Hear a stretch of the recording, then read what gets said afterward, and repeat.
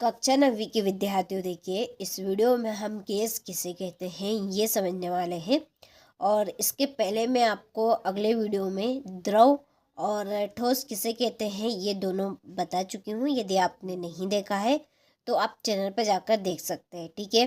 तो ये है पदार्थ की लास्ट अवस्था गैस। तो पदार्थ की कितनी अवस्थाएं होती है मैंने आपको पहले ही वीडियो में बता दिया है कि पदार्थ की 3 अवस्थाएं होती है जो कि आपसे ऑब्जेक्टिव में पूछी जा सकती है। तो ठोस, द्रव और गैस। तो ठोस और द्रव हम पढ़ चुके हैं और लास्ट आपकी अवस्था बची है यहाँ पर गैस किसे कहते हैं। तो ये आपका विज्ञान का अध्याय 1 हमारे आसपास के पदार्थ से महत्वपूर्ण प्रश्न मैंने यहाँ पे लिया है कि गैस किसे कहते हैं, यह गैस क्या है।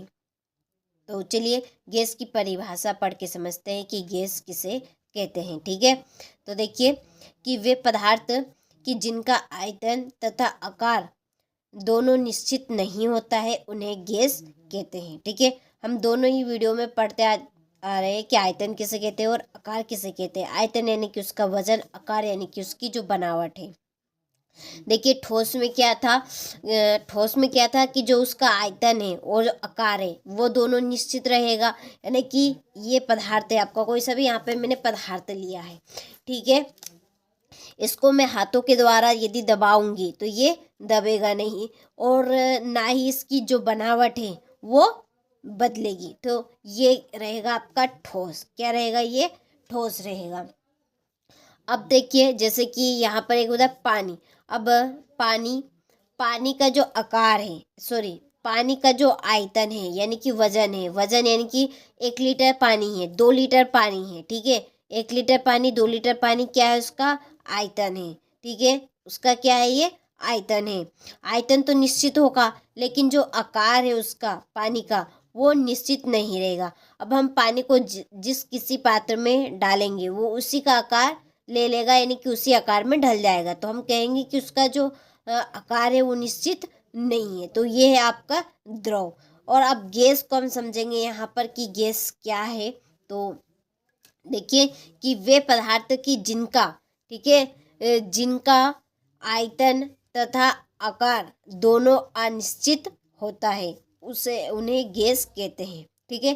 देखिए गैस में ना तो आयतन निश्चित होगा और ना ही आकार निश्चित होगा, यानी कि हम कहेंगे अनिश्चित, ठीक है।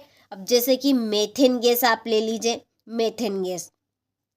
अब मेथेन गैस, ठीक है, जो मेथेन गैस होगी हम उसको किसी भी डिब्बी में डालेंगे, ठीक है। किसी भी डिब्बी में डालेंगे तो वो पूरी डिब्बी में ही फैल जाएगी, ठीक है। तो उसका आयतन उतना ही हो जाएगा उस डिब्बी के बराबर और वो उसी डिब्बी का आकार ले लेगा, ठीक है। या हम यहाँ पर सिलेंडर एलपीजी गैस ले लीजिए, ठीक है। एलपीजी गैस काफ़ी ठीक है महत्वपूर्ण उदाहरण है। एलपीजी गैस ले लीजिए। अब एलपीजी देखिए थोड़ी सी गैस पूरी ठीक है जो टंकी होती है उसमें हो जाती है। तो उस और जो गैस है वो उसी टंकी का आकार ले लेता है। तो वही क्या है? गैस है कि जिसका आयतन और जो आकार है वो दोनों कैसे रहते हैं? अनिश्चित होते हैं। उन्हें हम क्या कहेंगे? गैस कहेंगे। जैसे वायु यानी कि हवा। देखिए जो हवा है, जब हम हवा को गुब्बारे में ठीक है गुब्बारे में भरेंगे तो जो हवा है वो गुब्बारे का आकार ले लेगी, ठीक है। और हवा भी पूरी उसमें फैल जाएगी।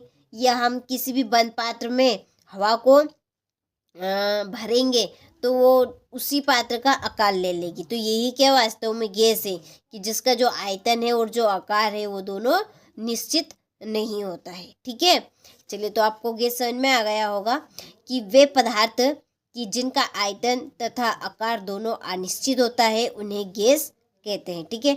जैसे उदाहरण में लिखिएगा वायु, हाइड्रोजन, नाइट्रोजन आदि, ठीक है। एलपीजी गैस भी आप यहाँ पे लिख सकते हैं।